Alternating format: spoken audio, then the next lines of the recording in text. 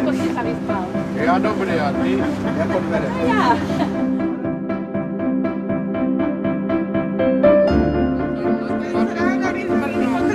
Áno, radši, jak ty smradlavé cigarety máš. Ale.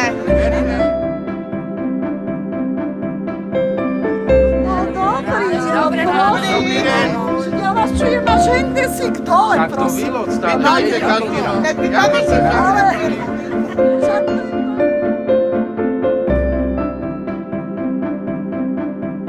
Ako dieťa som sa narodila v osade, volalo sa to Padelky. Je to tuto nedaleko Mijavy, 3 kilometre. V tej dobe, keď sme sa sťahovali z tej osady, som mala 7 rokov, takže navštevovala som ešte prvú triedu a vďaka mojim rodičom, ktorým teda ďakujem, otec mi už nežije, len matka, a naozaj vďaka ich rozmýšľaniu a hlavne tomu zdravému rozumu, že chceli napredovať a aby naozaj tie deti sa mali lepšie, aby neboli zaostalé. Sme sa presťahovali, kúpili si taký ďalší, taký menší rodinný domček.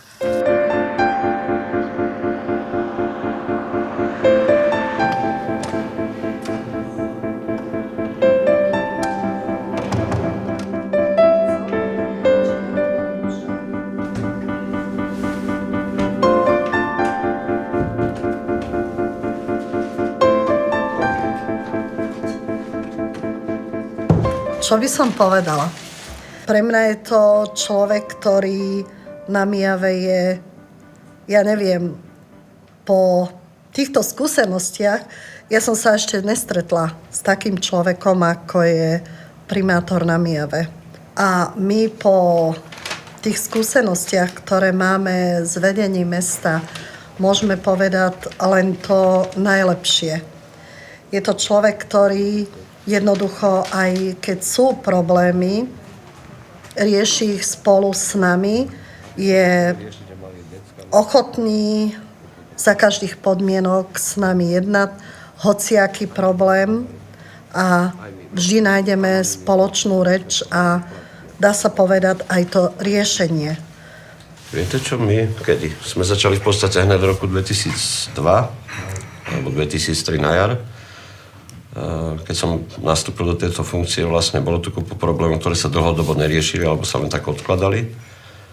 Vznikala tu taká komunita, ktorá neplatila nájom a boli neustále problémy a hľadali sme spôsob riešenia a vtedy manželia Herakovci vlastne prišli s ponukou na spoluprácu s tým, že sa založilo osveta mijavských Rómov a že boli ochotní v spolupráci s mestom organizovať vtedy ešte aktivačné práce a vlastne zabezpečenie niektorých tých činností, ktoré dovtedy neboli. No dobre teda, tak poďme do komunitného a rozdelíme si, povieme si, čo ideme robiť dneska. Takže pôjdeme hrabať lístie. Začneme to od Čínskeho múra a zadnú stranu celú hurbanku aj medzi čížákmi budeme robiť. Dobre? A ešte 2 chlapov, a to len tak na pol hodiny, a chlapi, dobre počúvajte, ktorého učím, tých 2, pôjdu potom na vodáren, pomôžu a prídu za nami. Dobre, potom na urbánke sa stretneme.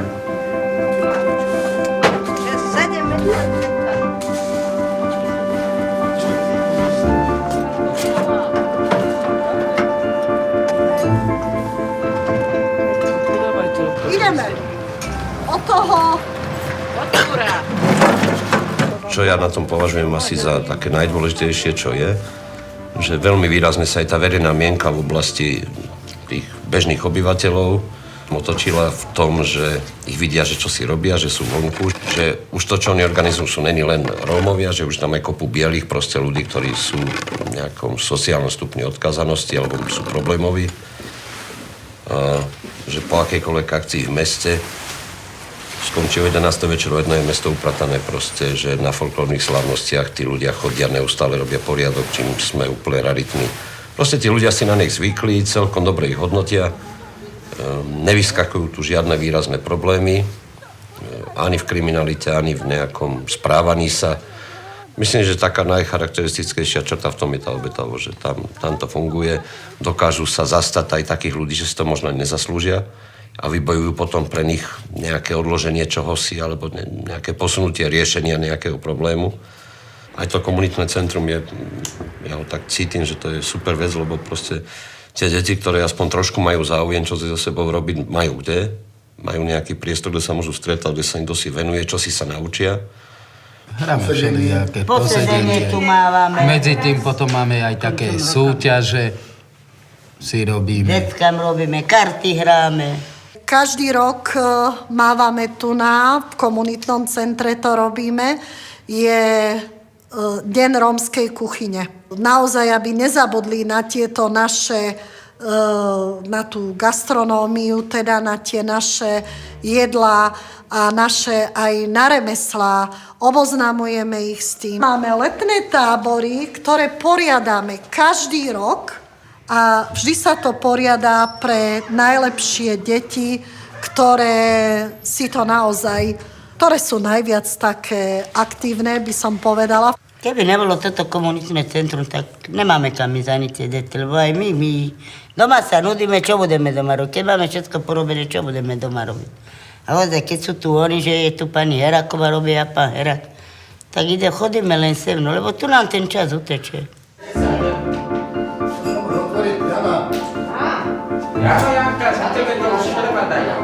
A takto 10 eur pozerám, zbihol som, aha, našiel som 10 eur.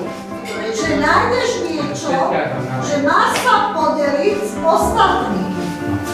On hovorí, že čo? Že pán Farár, že by sa podelil? Že som hovoril? Hovorí, to je neskutočné.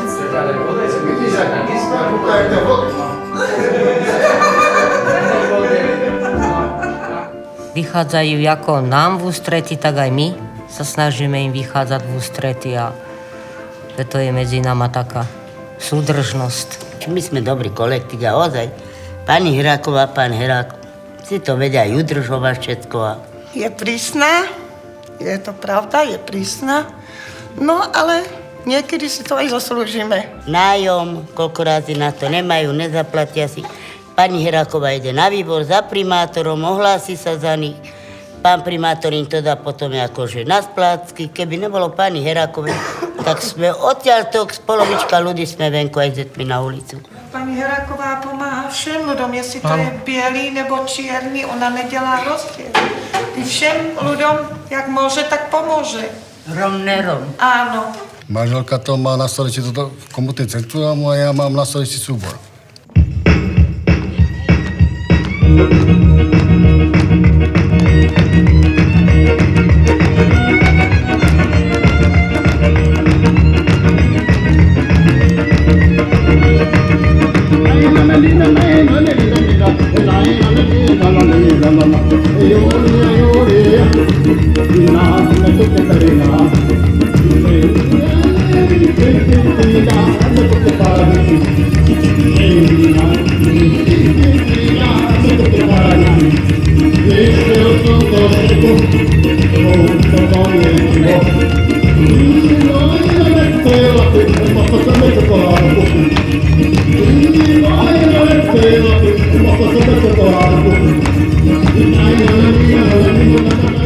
Tie začiatky naozaj boli ťažké, pretože mnohí rodičia nám nechceli dávať deti tancovať.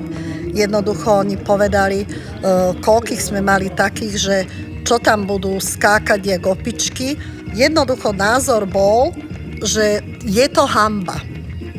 Ešte našťastie teda, že mali sme aj chápajúcich rodičov, ktorí nám s láskou dávali tie deti a boli radi, že idú vystupovať, že sa idú kdesi ukázať a že im to publikum tlieská.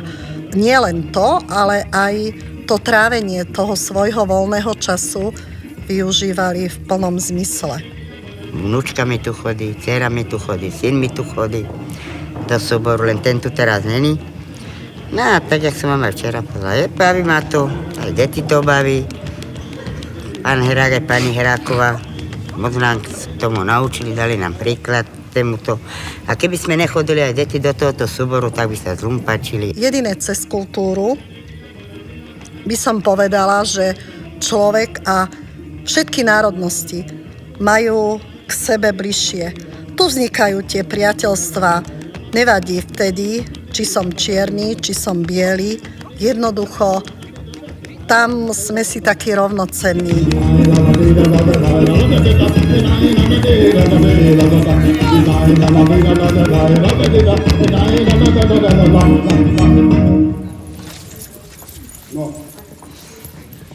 Ja som Roman. Ja som Kika. Ja som Gabina. Ja som Miška. Ja som Jano. Chodíme do tohto súboru. Chodíme Rada do súboru. A tancujeme rada. Tancujeme rada. Náš názov súboru Kamoro je Deti slnka. Lebo keď ideme na javisko, no tak deti vyjadrujú s tým radosť tancovania a s úsmevom. Keď máme každý z nás, máme dny, niektoré, kedy nám naozaj to slniečko nesvietí, že máme pochmúrne, zle sa cítime a že sme plní takej melanchólie. Ale keď si zoberiete, začne to slniečko svietiť, každý sa cítime lepšie. A ja zase hovorím, že kde ide Kamoro, tak každému svietí a jednoducho tú radosť rozdáva. Preto to slniečko. V tomto súbere som 7 rokov. Naučil som sa tancovať. Pán Herák dáva na nás nové choreografie. Nás učí. Ja potom učí aj spievať, jak prakticky mám spievať výšky, kde mám a jak mám byť. Je to síce prísny človek, ale za jedno má pravdu, pán Herák.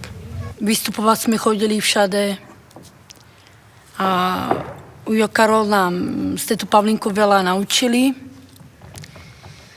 Ako sa máme akože správať a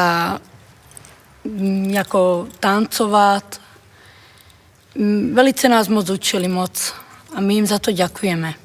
Kamoro, ich súbor sa dostal prakticky za hranice. Na rôzne festivaly boli, myslím, v Poľsku, v Bratislave.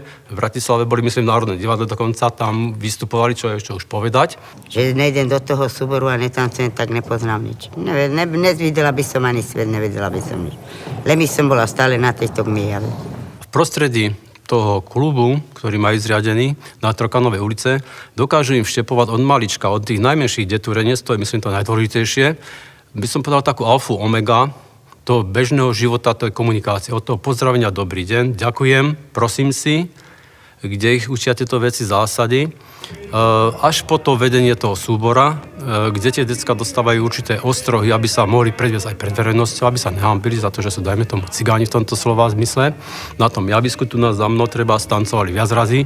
Tie deturence, ktoré majú možno 5 rokov, až po tú najstaršiu generáciu, ktorá je možno v tom veku 60-tníkov a ktorú vidíme často na tých aktivačných prácach s lopatou, s metlom, s táčkami. A odrazu tu na javisku zmenia výstresu v tom cigánskom kroji oblečení, alebo v muziku tahajú slák a hrajú a 500 ľudí tu na tomto priestore Kultúrneho doma Sanka dedíka čapka. Pretože je za čo zašapkať, áno?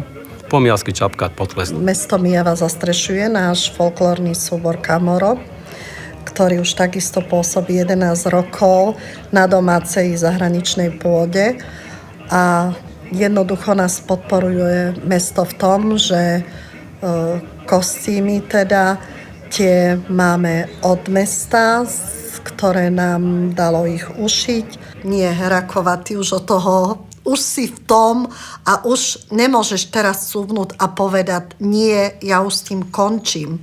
Hoci naozaj sú tie chvíle, že poviete, nie, ja už nevládzem, už som neraz bola za primátorom a povedala som, nie, ja už naozaj toto robiť nebudem ďalej, lebo už je toho veľa na mňa.